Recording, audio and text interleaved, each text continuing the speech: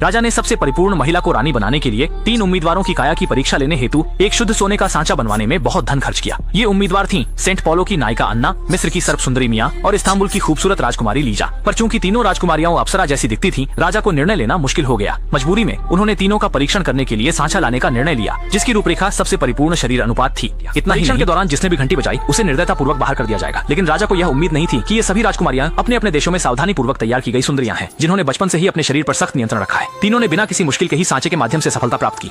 रानी बनने के लिए केवल बाहरी सुंदरता ही पर्याप्त नहीं है, उसके पास असाधारण बुद्धिमत्ता भी होनी चाहिए। यह कहकर राजा ने दूसरी परीक्षा शुरू की। उन्होंने महामंत्री को एक मुश्किल सवाल पूछने के लिए कहा कि सवाल की उम्मीद नहीं थी कि तीनों राजकुमारियां न केवल अनुपम सुंदरता की धनी है, बल्कि उनकी बुद्धिमत्ता भी शीर्ष स्तर की है। महामंत्री के प्रश्नों का सामना करते हुए तीनों ने तुरंत उत्तर दिए और यहाँ तक कि विभिन्न दृष्टिकोणों से उत्तर देने में सक्षम थी, जिससे वो अपने पास और कोई विकल्प न देखकर राजा ने तीसरी परीक्षा शुरू की। उसने लोगों को एक मेज लाने और उस पर 3 गिलास शराब भरने का आदेश दिया। फिर तीनों राजकुमारियों को बताया कि इनमें से एक गिलास में जहर है। उसने कहा कि रानी बनने के लिए असाधारण साहस और किस्मत भी होनी चाहिए। इतना कहकर उसने 3 कैदियों को उदाहरण के लिए सामने लाया। उनमें से एक ने पीते ही जहर से तुरंत दम तोड़ दिया। ये सुनकर लिसा राजकुमारी का चेहरा तुरंत सफेद पड़ गया। इससे पहले कि तीनों कुछ समझ पाती, राजा ने पहरेदारों को आदेश दिया कि उनकी आंखों पर काले कपड़े बांध दें और 3 नए गिलास लाकर उनमें शराब भर दी जाए। फिर उनके स्थान को बदल दिया। ये सब करने के बाद राजा ने उनके काले कपड़े हटा दिए। इस समय राजा ने घोषणा की कि वह किसी को मजबूर नहीं करेगा, अभी चुनाव से हटना संभव है। ये सुनकर मिस्र की राजकुमारी ने तुरंत हार मान ली। वह केवल एक रानी की स्थिति के लिए अपनी जान गंवाना नहीं चाहती। पहले टेबल के पास पहुंच जाती है। हालांकि वह बहुत चाहती है कि वह ऊंचे स्थान पर बैठने वाली रानी बने, लेकिन ऐसी स्थिति का सामना करते हुए उसके घमंड के बावजूद वह कुछ हद तक असमंजस में पड़ जाती है। बाद में बहुत सोचने के बाद उसने तय किया कि पहले अन्ना राजकुमारी पिए। हालांकि अन्ना को जरा भी डर नहीं लगा। उसने आराम से एक गिलास उठाया और एक ही बार में पी गई। देखकर कि अन्ना पर कोई विष का असर नहीं हुआ, लिसा राजकुमारी को तुरंत पछतावा हुआ। अब जीवन और मृत्यु केवल एक पल की दूरी पर है। गिलास उठाने के बावजूद वह पीने की हिम्मत नहीं कर पाई और अंत में प्रतियोगिता से बाहर होना चुना। और भाग्यवश विजयी हुई अन्ना राजकुमारी ने सबके हैरान नजरों के बीच दूसरी प्याली भी उठाकर पी डाली। लोगों के प्रतिक्रिया देने से पहले ही उसने आखिरी प्याली भी अपने मुंह में डाल ली।